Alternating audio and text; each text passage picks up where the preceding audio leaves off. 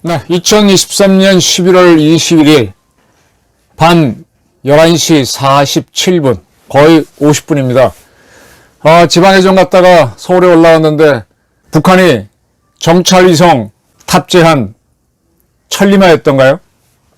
발사체를 쐈다. 속보가 막 뜨고 있습니다. 윤석열 대통령이 영국을 방문해서 41발의 예포를 쐈는데 북한은 초대형 ICBM이 될 수 있는 위성 발사를 핑계로 만리경이었죠. 이름이 천리마 발사체를 쐈습니다. 현재까지 나오는 보도로는 이게 성공인지 실패인지는 아직 안 나왔습니다. 이 방송이 나가는 22일 아침에는 뭐가 판단이 돼 있겠죠. 자, 성공 실패 여부는 그거야 뭐 벌어진 일이고 어떻게 할 것이냐를 좀 말씀드리겠습니다. 이 북한이 이번에 쏜 것에 러시아 기술을 받았다 그러는데 북한이 러시아에 탄약 등등을 팔았죠. 그 대가로 뭔가 받았을 텐데 이 천리마 위성 발사체하고 만리경 위성을 크게 변화시키지 못했을 거예요. 그때 그 발사체 그 위성 그대로 거고 이제 몇 가지 이제 좀 기술을 약간 받았겠죠. 네.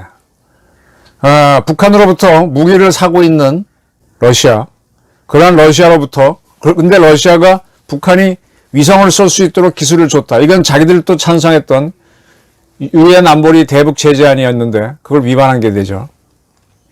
어떻게 할 것이냐. 제가 계속 얘기했습니다. 북한에서 탄약을 줬을 때부터 주한 러시아 대사를 초치해서 추방하거나 아니면 정보부 담당자를 쫓아내거나 아니면 불러서 야단으로 쳐라 그랬습니다. 이제 그런 조치를 취해야 되죠. 지금 북한이 하는 거는 러시아랑 짝짝꿍 하는 건 보이잖아요. 지금 러시아 자체가 지금 힘들어서 아니 우선 이 말씀부터 드릴게요. 이번에 윤석열 대통령이 에이펙 회담차 미국에 갔을 때 시진핑과 단독 회담을 하지 못한 걸 가지고 민주당 국회의원들이 라디오에 나와가지고 비판을 하더라고요.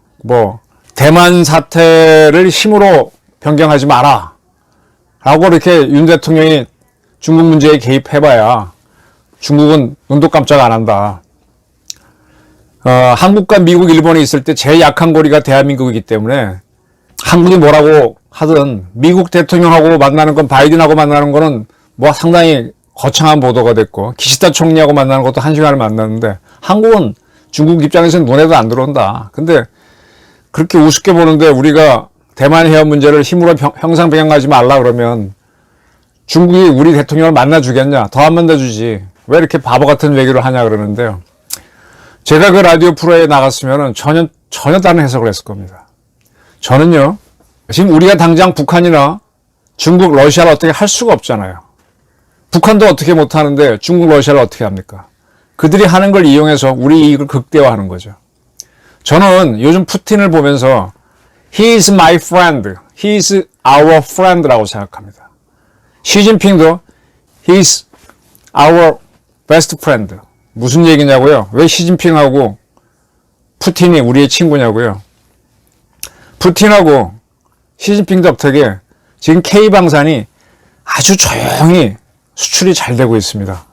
지금 우리나라가 중국 코로나 때부터 우리나라 기업들이 많이 철수하고 중국 경제가 어려워지고 그래서 지금 우리나라가 중국과 무역이 우리가 한 연 400억 달러씩 벌었던 것들이 지금 마이너스가 됐죠. 거꾸로 우리가 지금 1년 이상 대중무역이 적자입니다. 그러다 보니까 좀 전체적으로 우리가 무역이 좀 떨어져 있는데 이런 와중에 현재 돌파구를 만들어주는 게 반도체도 지금 시원찮고요. K원전하고 K방산입니다. 근데 K원전을 좀 키우려고 하는데 K원전하고 K방산이 지금 어떻게 또 서로 얽혀 있는가 하면은 옛날엔 우리나라가 처간을 받아가지고 원전을 짓고 무기를 샀잖아요. 무기까지는 몰라도 원전 지을 때는 차관 받았어요. 지금 우리나라가 원전 수출하면은 차관을 줘가지고 우리나라 원전을 짓게 합니다. 그러니까 우리가 지금 원전을 수출하기 위해서 우리 은행들이 차관을 줘야 되는데 지금 우리 차관이 대부분 방산 쪽으로 가고 있어요. 그래서 지금 원전 쪽에서 일하는 분들은 돈이 씨가 말랐다고 상당히 힘들어합니다. 첫 번째로 빌리는 돈이 수출입은행 돈인데 수출입은행 돈을 방산 쪽하고 원전 쪽에 가져간다 그러니까 다른 데에서는 우리도 지금 필요한 다른 사람들 다른 산업계도 필요하잖아요. 난리에 난리. 그래서 신한은행, 우리은행, 우리 5대 은행, 농협까지 넣어서 6 다 하는데 그 지주회사들 지주회사 은행 지주회사 측하고 이 방산하고 이제 뭐 원전 쪽이 만나는데 하여간 뭐 그러고 있습니다. 근데 일단 돈이 방산으로 쏠리다 보니까 이 원자력 쪽에서는 외국에서 돈을 빌리려고 하는데 우리 한수원의 모기업이 한전이잖아요. 지금 한전이 문재인 정권이 우리 원자력 죽이고 신재생 에너지 쓰게 하고 뭐하고 하는 것 때문에 지금 한전 적자가 커지니까 한전 적자가 커지면은 외국 은행들도 이자를 올려버려요. 그러면 우리도 그쪽 차관을 빌려오는데 비싼 차관을 빌려서 근데 그걸 우리가 갚아야 돼요. 갚기는. 물론 우리가 받아갖고 우리가 차관 형태로 다른 나라 주겠지만 우리가 부담이 커진단 말이에요. 하여튼 문재인 정권이 참 나쁜 걸 많이 해놨습니다. 어쨌든 제가 그 말씀을 드리는데 왜 K원전하고 K방산을 말씀드리는가 하면 지금 상황이 안 좋은 속에서 그나마 선전을 하는 게 이 분야입니다. 원전은 그렇고요. 지금 K방산이 크려면 미안한 얘기지만 어디선가 터져줘야만 나갑니다. 지금 뭐 미국의 로키드 마틴, 보잉 뭐 여러 가지 회사들이 있고 유럽에도 있고 한데 너무 오랫동안 평화가 돼가지고 그들이 방산 시장 공장들을 다 줄였어요. 그리고 재고도 없습니다. 만들어 놓은 것도. 만들수록 손해니까. 지금 우리는 마침 우리 군을 위해서 만들어 놓은 게 있기 때문에 폴란드에 빨리빨리 공급해가지고 우리 수출이 지금 기적적으로 많이 이루어진 겁니다. 물론 우리가 차관을 줘야 되는 형태죠. 근데 이런 기회를 잡게 해준 게 누구냐? 푸틴이에요.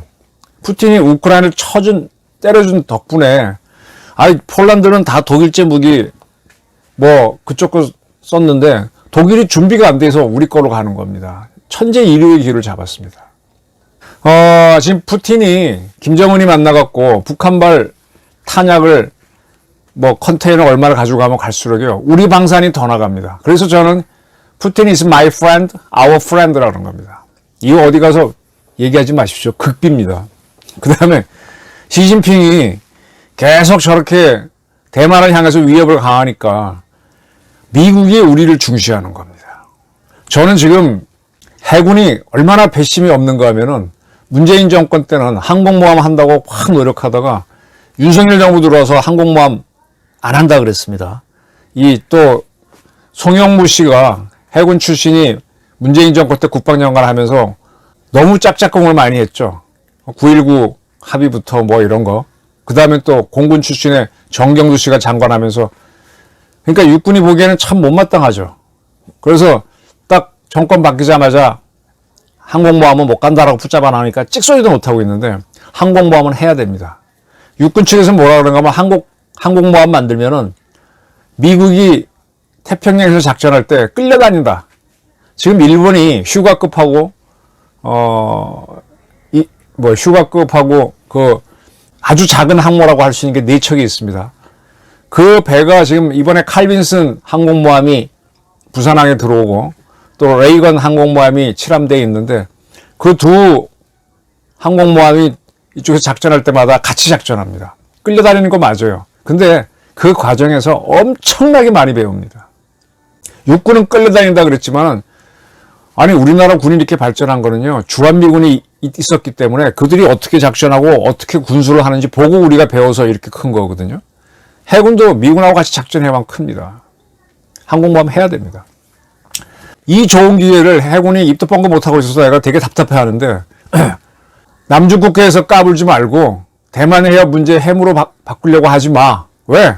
남중국해하고 대만 해협은 우리나라로 오는 원유 수송로가 우리 유조선들이 다니는 데예요. 거기가 전쟁 상태가 되면은 삥 돌아오고 그중에 한 척만 격침되면 대한민국으로 오는 원유값이 무지하게 오릅니다. 전 세계에서 정유회사들이 안 간다 그러고 하면서 값이 확 올라갑니다. 따라서 남중국해 대만 해협에서 우리 유조선 방어는 우리 해군이 해야 돼요. 그건 그렇고요.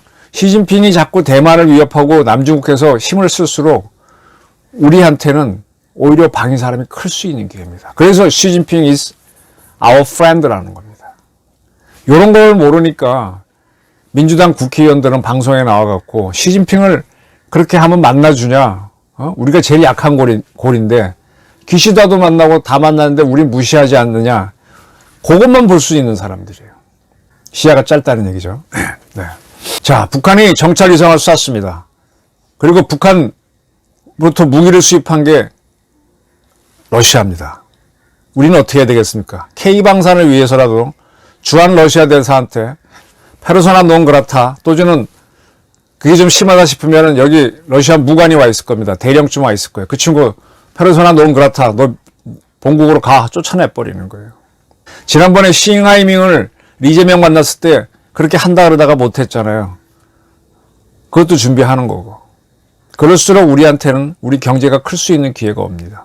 물론 다른 분야는 손해보는 데도 있겠지만 뭔가 돌파구가 열립니다. 그리고 북한에 대해서는 어떻게 하느냐? 제일 쉬운 거는 9.16 군사합의를 파기하는 거죠. 우리 관련법에 따라서 북한과 맺은 여러 가지 협정들을 북한이 뭐뭐 할 때는 북한 무슨 법이 있습니다. 통일부 관리법이 있습니다.